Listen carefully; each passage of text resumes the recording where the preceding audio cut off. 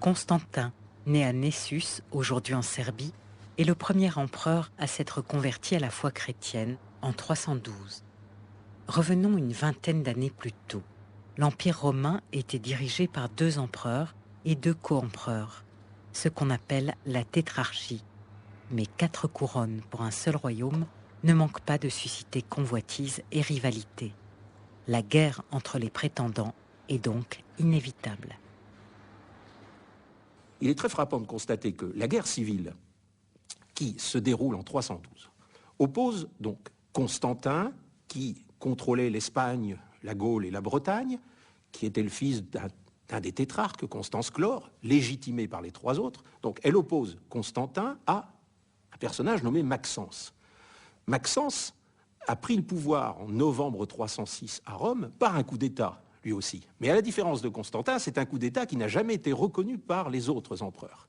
Donc Maxence est un personnage qui est un empereur en fait qui n'a contrôlé que l'Italie, avec la capitale, Rome, et l'Afrique, sur laquelle il a mis la main aussitôt, et ça se comprend aisément, l'Italie ne peut pas vivre sans l'Afrique. Le blé de Rome vient de l'Afrique. Maxence n'a contrôlé que ces 2 régions. Le problème principal pour Maxence, depuis qu'il a pris le pouvoir en 306 jusqu'en 312, a été un problème de légitimité. Il n'a jamais pu se faire reconnaître, je viens de le dire, par les autres empereurs, et il a essayé néanmoins auprès de ses sujets, d'affirmer sa légitimité. Et pour ce faire, on voit que Maxence, sur le modèle de Dioclétien, d'Aurélien avant lui, de Galien dans les années 260, Maxence a cherché une source religieuse à sa légitimité. Et de ce point de vue, il a vraiment fait feu de tout bois. Il s'est appuyé sur tous les dieux possibles, ça lui était facile, il contrôlait Rome. Constantin, dans cette guerre, s'est trouvé confronté donc à un empereur qui a invoqué tous les soutiens divins possibles. Or, Constantin lui-même est en pleine évolution à l'époque, en ce qui concerne précisément ses sources religieuses de légitimité. Alors, il y a eu des étapes. On voit d'abord qu'il a fait diviniser son père, Constance Chlore, ce qui lui a, comme les empereurs le faisaient autrefois, procuré une nouvelle source de légitimité. Il était désormais le fils d'un dieu. À partir de la mort du vieux Maximien, en 309, il s'est appuyé aussi sur le dieu solaire. Il a prétendu avoir eu une vision dans un sanctuaire gaulois, probablement à Grand dans les Vosges, une vision d'Apollon. Tout ça faisait beaucoup de choses. Mais face à Maxence, c'était trop peu dans le contexte de la guerre de 312. Maxence disposait de moyens en matière de sacralité impériale qui dépassaient nettement les moyens dont disposait Constantin.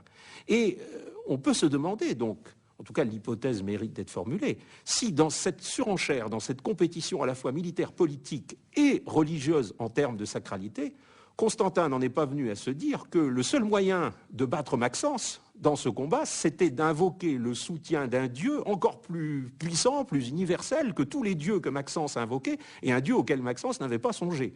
Et le dieu des chrétiens lui est apparu, manifestement, comme la solution. Lactance a connu Constantin à cette époque charnière des années 310. Il a été fait par Constantin précepteur de ses enfants, des Césars, des princes qui devaient lui succéder. Et on peut dire qu'il est vraiment un témoin oculaire ou un témoin contemporain de l'affaire. Eusèbe, qui était en Orient, n'était absolument pas dans l'affaire. Il a écrit et réécrit l'histoire après coup, après avoir, dit-il, en avoir parlé personnellement avec Constantin, mais ça peut être aussi un effet de style, et Eusèbe a un point de vue a posteriori qui est non seulement différent, mais même contradictoire avec Lactance. Pourquoi ? Vous parlez de la fameuse vision qui aurait effectivement décidé de tout, et en particulier de l'adoption du monogramme, du fameux chrisme.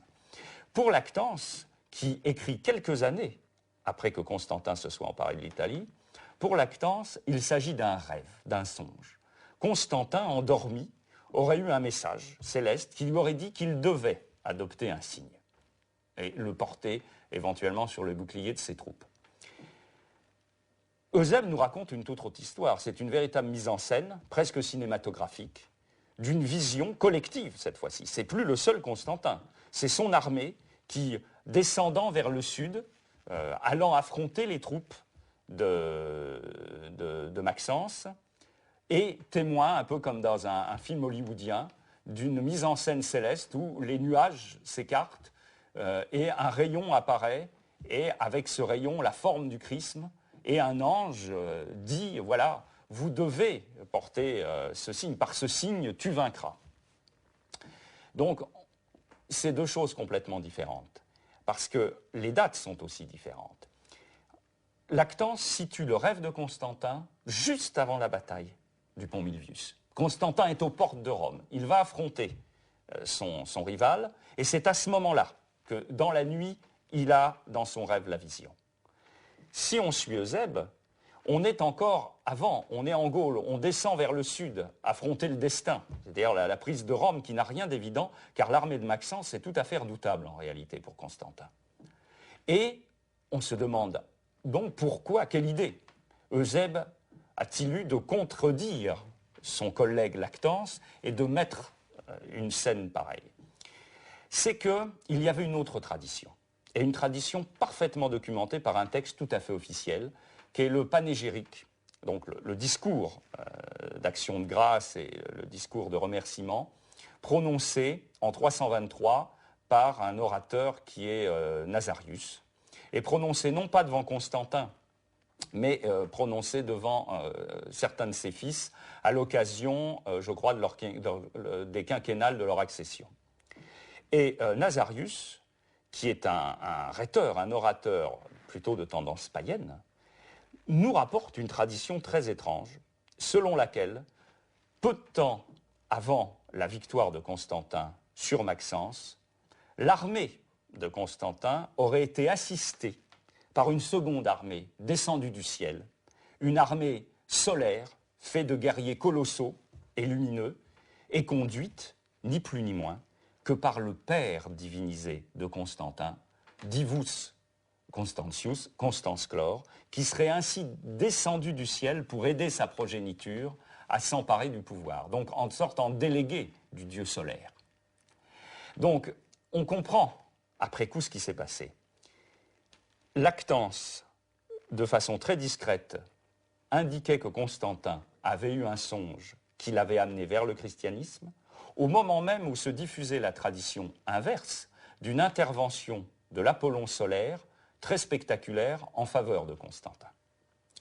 Intervenant et écrivant 30 ans après les faits, Eusèbe fusionne les deux traditions et les christianise, en disant que non, le ciel et la lumière qui en est sortie étaient le signe de Constantin.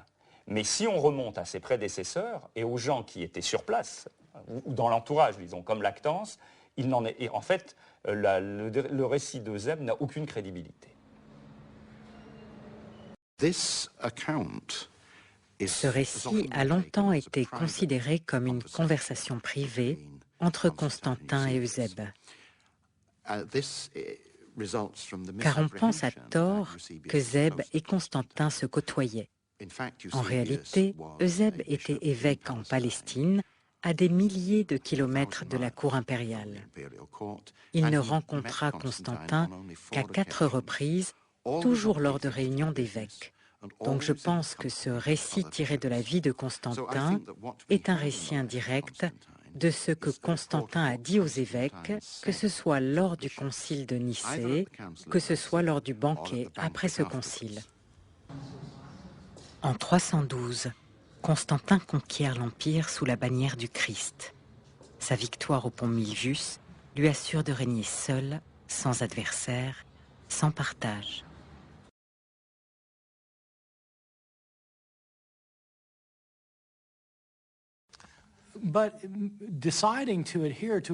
Se convertir à une religion n'est jamais une décision innocente sur le plan politique ou social. Constantin a vu dans le christianisme quelque chose d'important pour l'unité de son empire. Lorsque Constantin se convertit, le christianisme repose sur la croyance en un seul Dieu et il n'y a qu'un seul Jésus-Christ. Ce ne sont pas deux êtres mais un seul.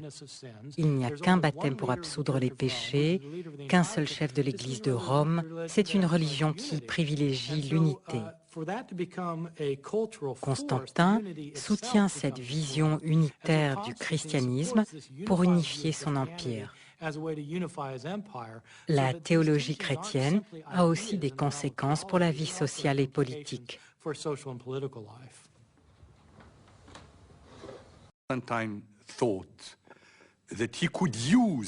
Constantin a pensé qu'il pourrait utiliser l'énergie de tous ces chrétiens qui avaient réussi à survivre à la torture pour réformer et reconstruire l'Empire. Si l'on ne peut pas les battre, rallions-les. Et c'est ce qu'il a fait, même s'il n'est devenu chrétien que sur son lit de mort. 25 ans après les soi-disant visions qu'il avait eues en rêve, et après la victoire contre Maxence en 312, il est indubitable que Constantin s'est progressivement rapproché des chrétiens.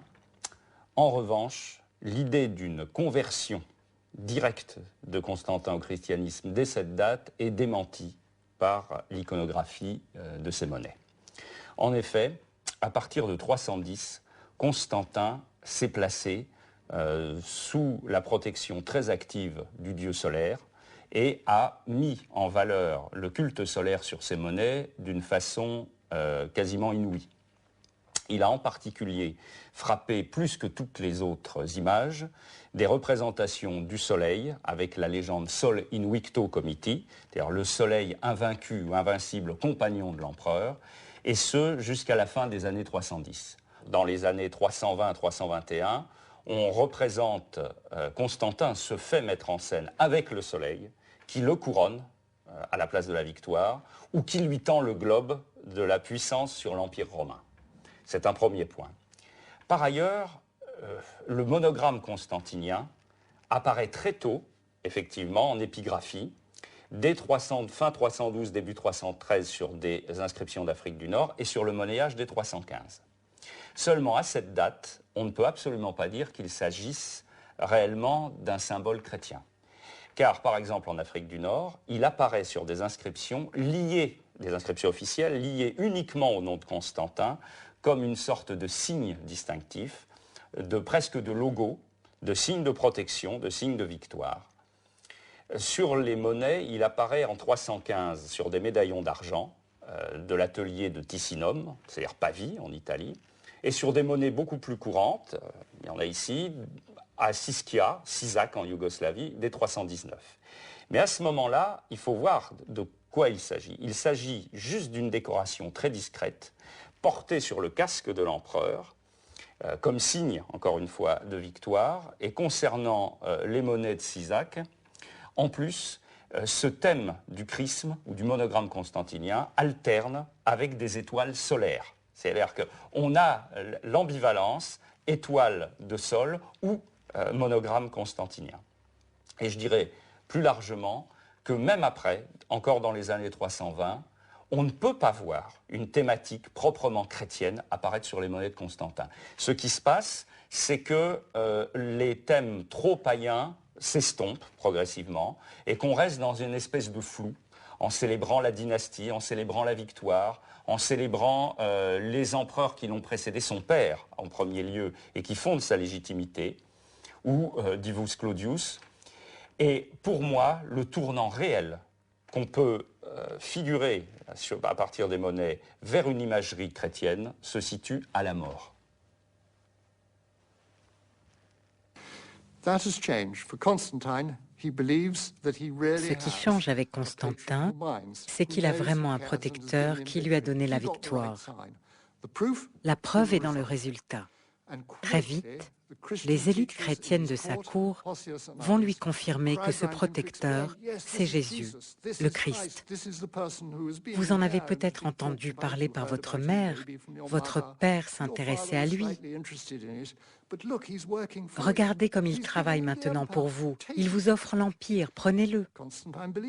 Constantin ne peut que le croire. La preuve du pudding, c'est qu'on le mange. La conversion de Constantin est totalement sincère. Il n'y a ni demi-mesure, ni syncrétisme. Les historiens n'aiment pas ça. Les chrétiens, eux, préféreraient un converti immédiatement baptisé, qui croit en la chasteté, qui n'assassine pas les membres de sa famille et ne fait pas la guerre. Mais ce n'est pas le cas. Que Constantin se fasse chrétien, c'est un événement extraordinaire. La majorité du Sénat est païenne, l'armée est indifférente. Il ne peut pas les forcer. Il faut qu'il trouve un juste équilibre. À partir des années 312, Constantin croit que le Dieu des chrétiens est Dieu et que Jésus est le sauveur du monde. Elle est d'autant plus sincère, cette conversion de Constantin, qu'il prend position contre 95% de sa population et comme le disait Barnes, on a rarement vu un autocrate prendre une décision aussi tyrannique que celle qui va en face de 95% de son opinion. Constantin est un homme totalement sincère dans sa conversion. J'ajoute qu'il connaît son catéchisme, qu'il sait très bien ce que c'est que l'incarnation, ce que c'est que la rédemption, quelle est la portée de la crucifixion. C'est un catéchiste parfaitement instruit. Sa conversion a deux raisons, ou trois. La première, c'est qu'il faut bien se représenter que le christianisme, persécuté et moqué un siècle auparavant, était en ces années 300 la grande affaire du jour, même s'il n'y avait que 5% de chrétiens. Ensuite, il faut bien, l'incroyant que je suis doit reconnaître que le christianisme avait sur le paganisme la supériorité culturelle d'une religion d'un niveau plus élevé que presque tout ce qu'on avait connu jusqu'ici. C'était une religion d'extrême avant-garde. Or, il convient que le pouvoir soit avant l'avant-garde, soit avec l'avant-garde, un peu, si j'ose dire, de même qu'un ministre de la Culture se doit de favoriser, pour le standing de son gouvernement, la culture d'avant-garde plutôt que les vieilles choses académiques.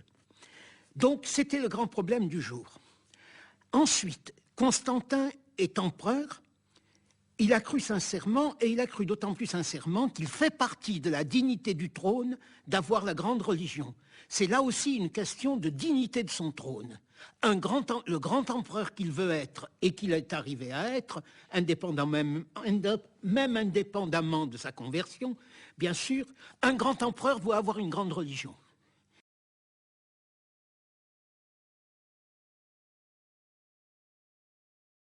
Dès lors, l'empereur offre à l'Église d'importantes sommes d'argent, des propriétés, des privilèges, des pouvoirs qu'elle n'avait jamais eus auparavant et n'aurait jamais espérés. On voit bien que le mouvement de progression du christianisme s'est accéléré au cours du IIIe siècle. La conversion de Constantin se situe dans ce courant. Après la conversion de Constantin, après 312, là où nous pouvons avoir des chiffres, là où on peut essayer notamment de s'appuyer sur les effectifs de l'épiscopat, on voit bien que le mouvement continue. Mais il n'y a pas d'accélération absolument brutale, il n'y a pas une rupture de rythme. Dans beaucoup de régions, la courbe conserve la même pente. Elle s'accélère peut-être un peu ici et là, mais on ne voit pas véritablement une rupture immédiate. Et ça se comprend très bien au fond, puisque la conversion de Constantin n'applique absolument pas l'interdiction des autres cultes. Constantin reste fidèle de ce point de vue à l'édit de Galère de 311. Le christianisme, il s'appuie sur le christianisme, certes. Le christianisme est non seulement toléré, mais va être couvert de faveurs à partir de la fin 312. Les églises chrétiennes vont être couvertes de faveurs à partir de la fin 312. Mais les cultes païens n'ont pas réellement été interdits. Ils ne le seront qu'à la fin du IVe siècle, avec les lois de Théodose en 391-392.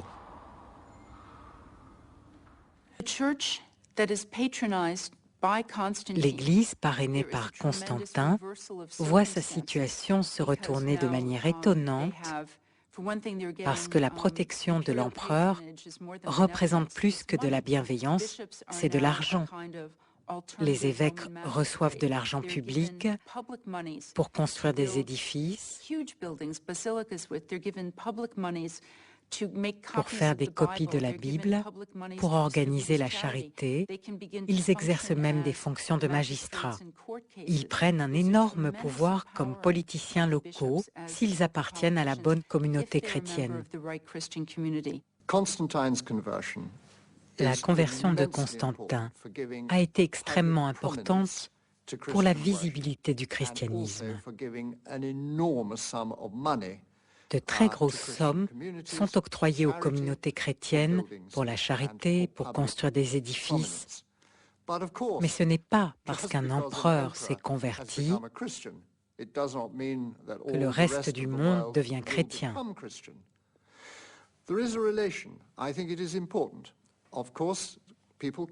Les gens font leurs calculs. Aujourd'hui, si nous devenons socialistes, nous pouvons entrer au gouvernement. Sous Constantin, les faveurs sont telles que pour faire carrière, il y a avantage à être chrétien. Il y a toujours eu des gens pour prendre le train en marche. Constantin fonde la nouvelle ville de Constantinople et beaucoup des conseillers à la cour et des hauts fonctionnaires deviennent chrétiens. C'est ce qu'il veut. Mais c'est un petit nombre au sein d'un empire qui, durant des siècles, a toujours prôné le respect des anciens dieux. Abandonner tout cela à cause d'un seul homme, ce serait trop risqué. Donc il est inexact d'affirmer que l'Empire s'est christianisé sous Constantin. Cela s'est passé un siècle plus tard.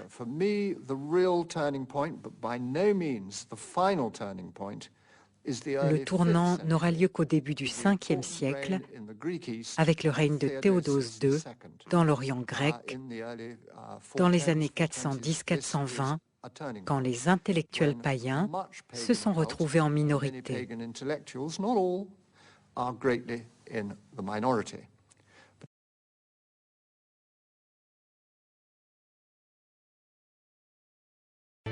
Comme chaque année, toute la petite ville de Bethléem est dans la rue pour fêter Noël, car d'après la Bible, c'est là que tout a commencé.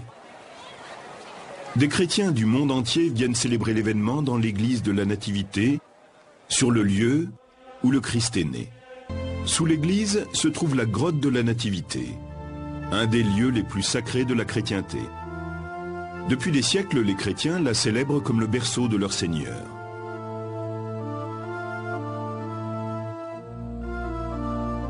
Une étoile d'argent marque l'endroit où Jésus serait né. Dans le latin des pères de l'Église, l'inscription proclame « Ici, Jésus-Christ est né de la Vierge Marie ». Dès le IIe siècle de notre ère, les fidèles de Jésus viennent à Bethléem prier dans la grotte où il serait né. Au IVe siècle, la grotte est tellement connue que l'empereur Constantin érige l'église de la Nativité au-dessus.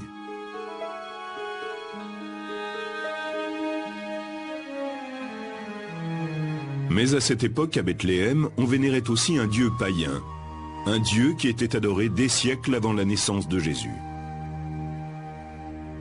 Il y a au moins une tradition qui dit qu'après la naissance de Jésus et le début de l'essor du christianisme, on y trouvait aussi un temple dédié au dieu païen Adonis, un dieu qui mourait et ressuscitait. Cela ne pouvait rendre le tout que plus intrigant.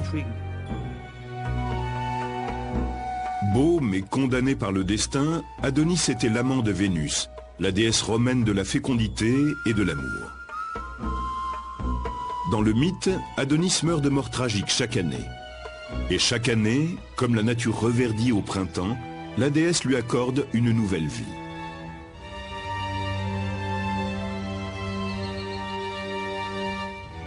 C'est déjà une histoire de résurrection. Les adorateurs d'Adonis pleuraient sa mort et célébraient son retour à la vie sur le site sacré de Bethléem. Au IVe siècle, un chrétien dépité écrit « Dans la grotte où l'enfant Jésus a pleuré, on pleurait l'amant de Vénus ».